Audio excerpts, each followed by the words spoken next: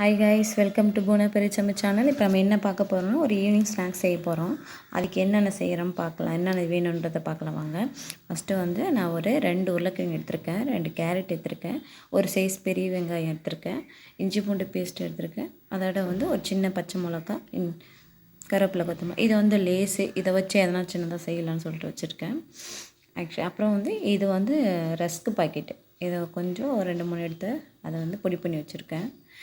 அதுக்கப்புறம் வந்து நம்ம எது மெயினில் என்ன செய்ய போகிறோம்னா மீன் மேக்கரை வந்து சுடு தண்ணியில் வச்சு ஊற வச்சு அதை வந்து கொஞ்சம் இந்த லெவலுக்கு அரைச்சி வச்சுட்டேன். இங்கே பாருங்கள், இந்த மாதிரி கொஞ்சம் நல்லா அரைச்சி இது ரெடி பண்ணி வச்சுருக்கேன். உங்களுக்கு தேவையான அளவுக்கு நீங்கள் ரெடி பண்ணிடலாம்.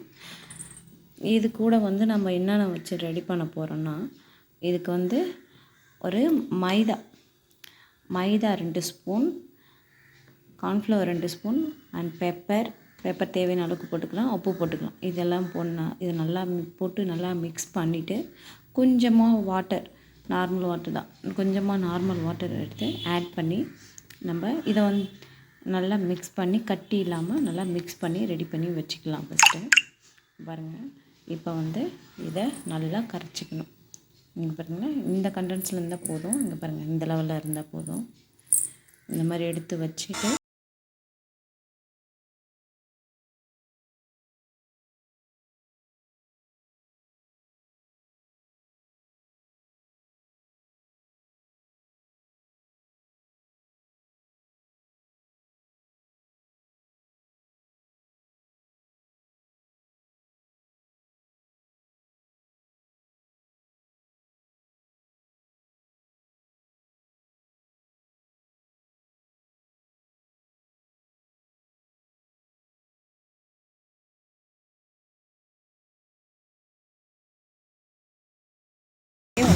மிக்ஸ் பண்ணி இதை மசாலா கூட ஃபஸ்ட்டு மிக்ஸ் பண்ணிவிட்டு அப்புறம் கையை எடுத்து தான் நம்ம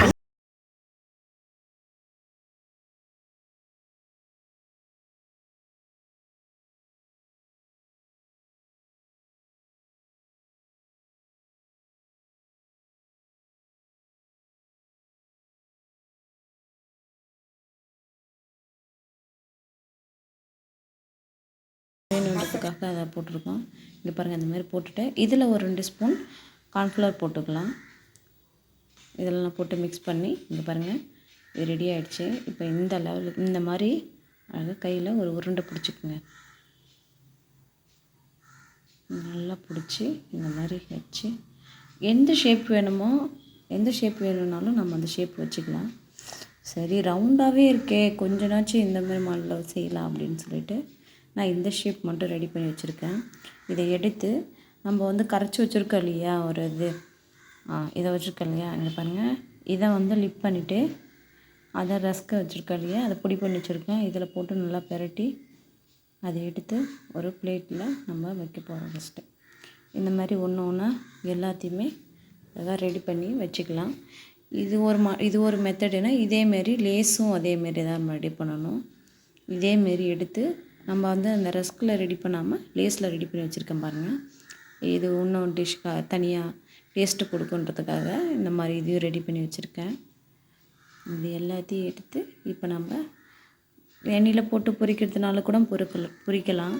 அப்படி இல்லைன்னா நம்ம தோசைக்கல்லை வச்சு நம்ம அதை வச்சு கூட செய்யலாம். நான் தோசைக்கல்லில் தான் செய்ய போகிறேன்.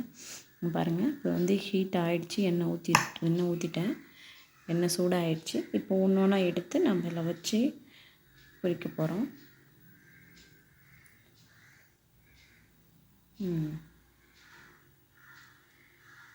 அதிகமாக எண்ணெய் வந்து இழுக்காது இல்லையா, எண்ணெயில் போட்டு நம்ம பொரித்து எடுத்தோன்னா அது வந்து உள்ளெல்லாம் ஃபுல்லாக எண்ணெயாகவே இருக்கும்.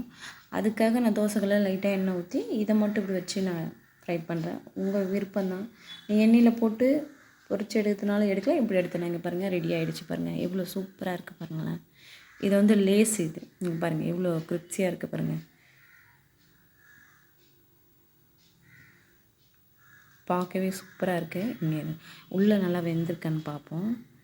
சுடுது ரொம்ப, இருங்க.